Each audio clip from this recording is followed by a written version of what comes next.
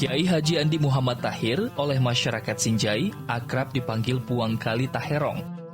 Salah satu ulama periode awal yang melakukan syiar Islam di Sulawesi Selatan. Aktivitas dakwanya terlacak lebih awal dari Andre Kuruta Kiai Haji Muhammad As'ad di Sengka.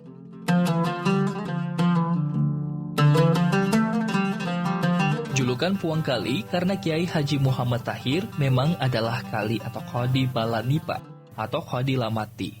Puang Kali Taherong sesungguhnya merupakan keturunan bangsawan, yaitu keturunan Raja Lamati yang ke-35. Kiai Haji Muhammad Tahir yang sebelum beliau bergerak di bidang keagamaan, karena beliau sering disebut dengan Pokali, dan nama yang ada tertulis di dalam lontara, baik yang ada di luar daripada lontara Kabupaten Sinjai maupun ada di kebudayaan Sinjai, bahwa nama juga punya nama yaitu Andi Muhammad Taherong. Karena beliau sesungguhnya adalah keturunan dari Raja Lamati yang ke-35, Abdurrahman Desiabe.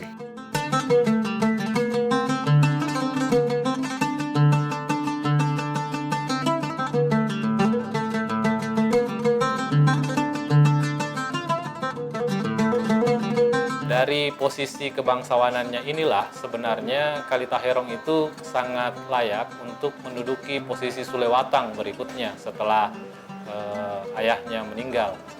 Akan tetapi ada beberapa hal yang membuat akhirnya Puang Kali Taherong ini tidak mengambil jabatan Sulewatang itu, meskipun dia sebenarnya pewaris satu-satunya.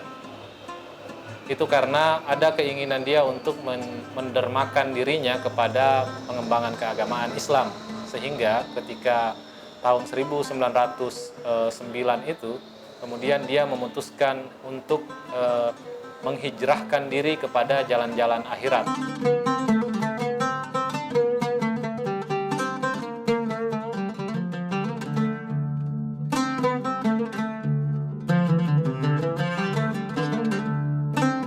Puang Kali Taherong memang tidak tertarik untuk mengabdi sebagai pembesar kerajaan. Beliau pernah tinggal bahkan beliaulah yang barangkali generasi yang terakhir tinggal di rumah adat yang ada di Lamati yang terbakar.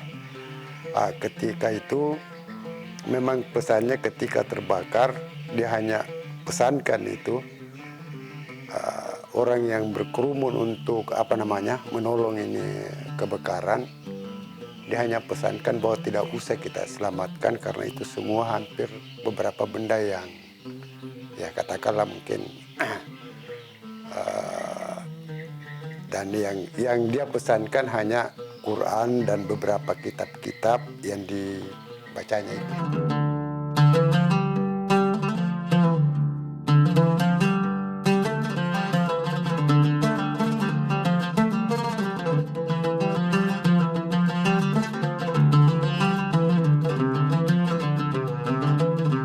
Puang Kali Taherong malah memutuskan untuk mewakafkan dirinya sebagai penyambung lidah atau risalah para nabi. Suatu hari Puang Kali Taherong datang ke sebuah sawah berlumpur, lalu menceburkan dirinya ke lumpur sebagai pertanda meninggalkan urusan keduniawiannya dan hijrah fokus mengurusi akhirat. Ketika itu Puang Kali Taherong bersama dengan kudanya itu pergi ke sebuah daerah yang cukup jauh, tapi masih dalam kawasan Lamati. Itu dia mengendarai kuda dan tibalah pada sebuah sawah yang ketika itu masih sedang dalam proses penggarapan. Artinya bahwa itu masih ada air di situ, masih sangat becek-beceknya sawah itu, sehingga dia menunggangi kudanya menuju sawah itu terus menjatuhkan dirinya pada kubangan sawah itu. Itu dimaksudkan untuk menghilangkan sosok-sosok keduniawiannya untuk menuju ke akhiratnya. Oleh Pak Kali Taherong menyebutkan begini, saya menceburkan diri ke dalam lumpur sebagai tanda bahwa saya sedang menghilangkan keduniaan saya untuk menuju kepada alam-alam akhirat. Ketika kemudian saya mandi dan lumpur itu bersih, maka bersih pula lah seluruh dosa-dosa duniawi saya. Kemudian saya coba untuk lebih konsentrasi kepada nuansa akhirat. Dari situ kemudian pada tahun 1909,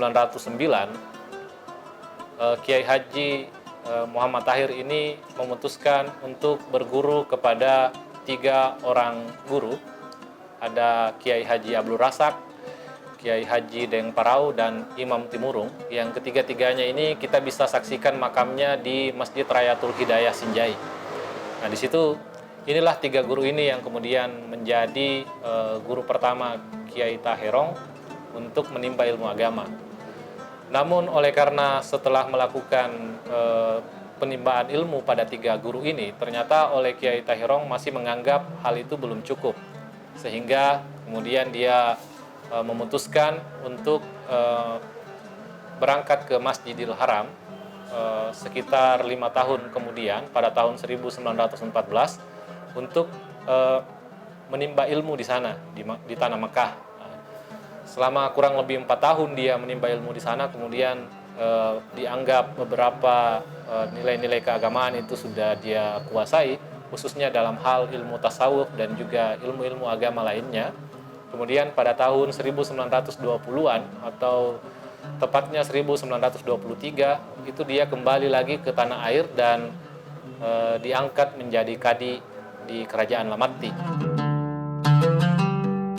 Untuk memperdalam ilmunya, Puang Kalitaherong juga belajar ke Mekah Al-Mukarramah. Beliau ke Tanah Suci, beliau ke Mekah dengan membawa beberapa anaknya. Di sana cukup lama.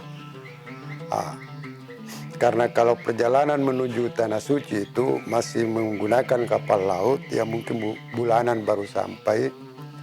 Sehingga satu ketika anaknya yang bernama Kiai Haji Muhammad Tahir, anak tertuanya Kiai Haji Ahmad Tarya, kalau wakali Kiai Haji Muhammad Tahir, pernah di dalam sejarah yang ada di sana menjadi satu sukarelawan. Dia menjadi sukarelawan dan pernah melakukan katakanlah satu perang yang di luar Tanah Suci di Mekah. Kalau saya tidak salah di Palestina itu waktu. Informasi yang dia dapatkan wakali ini adalah bahwa Ahmad bin Tahir meninggal dunia, anaknya meninggal dunia. Satu regu itu habis.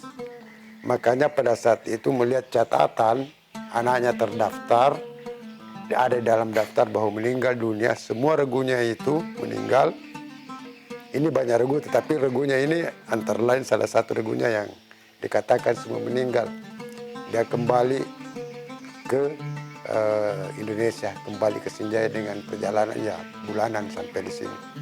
Tapi ketika sampai ya di rumahnya, begitu naik di tangga, dia melihat surbannya anaknya. Oh, ada tergantung surbannya anaknya dan terdengar suara Ahmad, Ahmad, selamat dan sudah ada di Tanah Suci. Sehingga dia pulang kembali, tidak lama di sini menunggu kapal, dia pulang kembali ke Tanah Suci.